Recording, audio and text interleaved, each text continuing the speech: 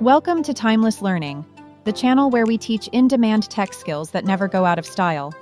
Before we jump in, make sure you like, subscribe, and turn on notifications, so you'll always catch our next big lesson on data, tech, and the future of work. Hello everybody, in this lesson, we're going to be taking a look at the where clause. The where clause is used to help filter our records or our rows of data, whereas the select statement is used to help filter or select our actual columns. So when we're using the where clause, we're only going to return the rows that fulfill a specific condition. Let's take a look at exactly how this works. Let's say we come right up here. We're going to say where, and let's go down with that one. Let's say where, and now we need to specify what column we're about to create this condition for. So we're going to say first underscore name. So we're saying where the first name we'll say is equal to, and let's do quotes, and let's say Leslie. So we're saying the first name has to be equal to this value right here, which is Leslie for Leslie Nope. If we run this, there's only going to be one row that's returned because Leslie is the only Leslie in this entire table. Now we just used an equal sign, and that's actually called a comparison operator. And there's a few other comparison operators that you can use. Let's take a look at some of these other ones. Let's pull this down right down here, and let's actually highlight the select from, and we're going to run it with this one right here. It's going to only select everything from the whole table. So we didn't select that where clause. Let's go right down here, and let's look at this salary field. So I'm going to say where the salary, and I'm going to do a different comparison operator called greater than. So when the salary is greater than 50,000. Now, one thing I want to note before we actually run this is that right down here we have Tom Haverford, who makes exactly 50,000. And I think there's one more, Jerry Gergich, which also makes exactly 50,000. If we run this, you'll notice that both Tom and Jerry are not in this output. But in the salary field, everything is greater than 50,000. The reason for that is that Tom and Jerry made exactly 50,000. What we're saying right here is where the salary is only greater than. If we want to include Tom and Jerry, we have to say greater than or equal to. And now we'll select 50,000 or above, whereas right here, before when we were doing just this, it was greater than 50. It didn't include the 50,000. Let's go ahead and include it and run this. And now you'll notice that Tom and Jerry were both included because they had exactly 50,000, and we said greater than or equal to. Now we can do the exact same thing, but with less than. So we have less than 50,000. And now we only have two people who make less than 50,000. That's April and Andy. And if we say less than or equal to, and we run that, now we include both Tom and Jerry who make exactly 50,000. So it's less than or equal to $50,000. Now what we're going to do is head on over to a different table. We're going to do the demographics table. Make sure I spell that right. And let's add our semicolon. Let's run this. And what we want to look at is the gender really quick. So we're going to say where the gender is equal to, we'll do in quotes, female. And if we run this, we get all the genders that are equal to female, but we do have something called the not equal to. And it looks like this. It's an exclamation point and an equal sign. This is going to say where the gender is not equal to female. So if we run this, you'll notice that the gender is all male now. Now, so far, we've worked with things like integers, which are numbers. We've worked with characters or strings, like names. But there's a different type of data type as well in here. We have a date column for these birth dates. Now, in the where clause, we can also filter on birth dates. Let's come over here, and we're going to say birth underscore date. Let's say it's greater than, and within quotes, we'll say 1985-01-01. This is kind of the standard default date format within MySQL, which is year, month, and day. If we go ahead and run this, we can also take all the people who are greater than or were born greater than 1985. So all of these dates are greater than 1985. Now the next thing that I want to take a look at is logical operators in the where clause. So logical operators are things like and, or, and not. Now, these are called, and let's add this, logical operators. So logical operators allow us to have different logic. Now let's take a look at how this works exactly. Let's copy this down because we already have this one written out. We're saying where the birth date is greater than 1985. We can also say where the gender is equal to male. We can say, and the gender is equal, and then we'll say male. So we're adding a different complexity or an additional conditional statement within our where clause. Let's go ahead and run this. So now we're only selecting birth dates that are greater than 1985 and where the gender is equal to male. Only the rows that fulfill both of those are returned. Now the and says both this and this have to be true. But we could change this. We could say or. What this means is either this one has to be true or this one has to be true in order for it to be returned. So let's go ahead and run this. You'll notice that Jerry Gergich was born much before 1985, but since he has a male gender, he is in our output. And we can also use the not operator by saying or not gender equal to male.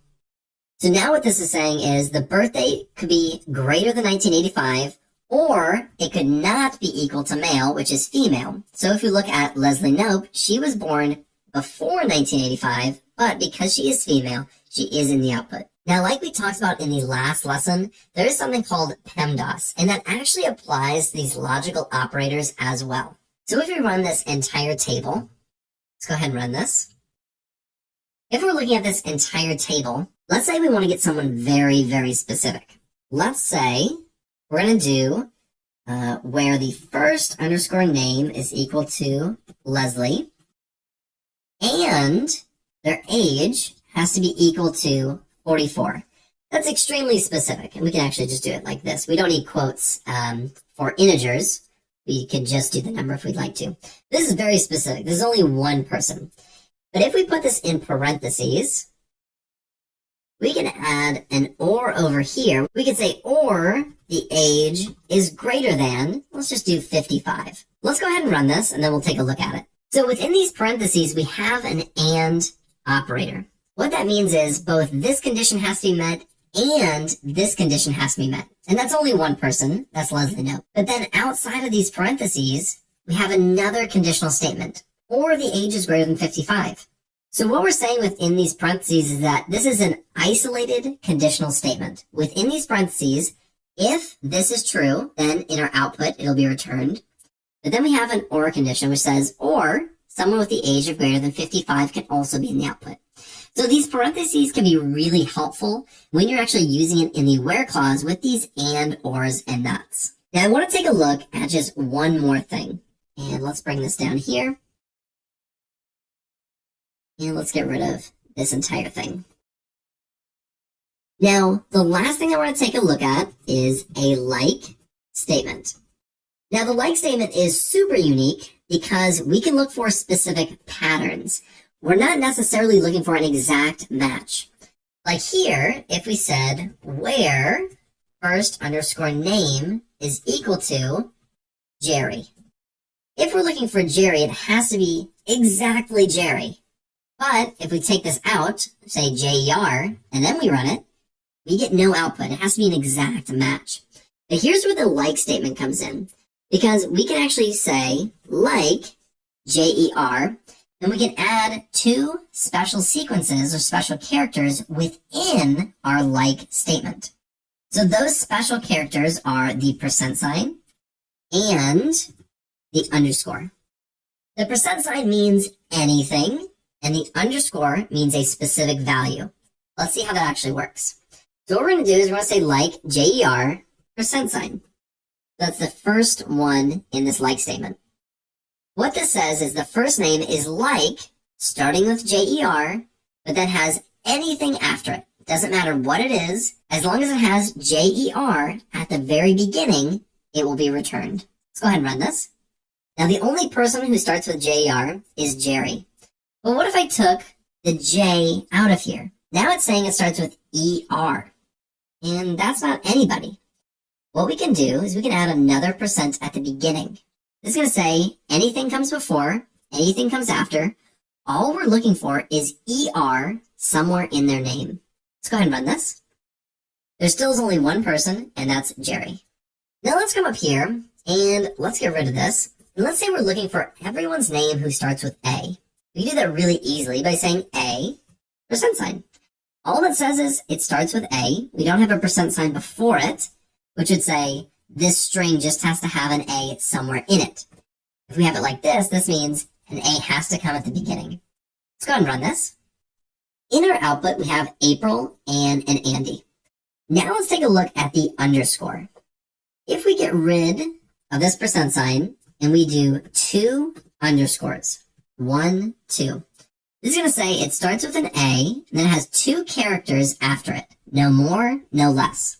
So if we run this, Anne is going to be the only person who's returned because she has an A and then 2 characters after it. Now if we want Andy, we can specify that by doing another underscore. That's 1, 2, 3. And now Andy is the only one in our output. Now there was also April in there, but she had more than 3 characters. But we can actually get her in our output by doing a percent sign. So we can combine both the underscore and the percent sign. And this is going to say it starts with an A, has 1, 2, 3 characters, and then it can have anything after that. So it just has to have at least an A and have 1, 2, 3 characters after it. So let's run it. Now you can see April comes into here because she does have A. The P, R, and I are the 3 next characters, but then we have a percent sign that allows that L to be in the output as well. Now we don't just have to do this with strings or text like April and Andy. We could also do this with birth dates. For example, Andy's birth date is 1989. We could say where the birth underscore date is like, let's say we want to look at everyone who is 1989 or born in 1989. Let's go ahead and run this. And Andy's the only person born in 1989, but again, we looked at the year at the very beginning. So that is how the like statement works. It looks for a specific sequence within that column that you can search for, so it doesn't have to be an exact match. As long as it has that specified sequence that you've put in there, anywhere within that cell or that column. So that is everything that we're going to look at for the where clause. In the next lesson, we're going to take a look at the group by and the order by within MySQL. Thanks for watching. If you found this helpful, please like, comment, and share this video with someone who's learning too. Don't forget to subscribe and tap the bell icon so you never miss another skill-packed lesson from Timeless Learning. Remember, the best investment you can make is in your own knowledge. Keep learning because growth is timeless.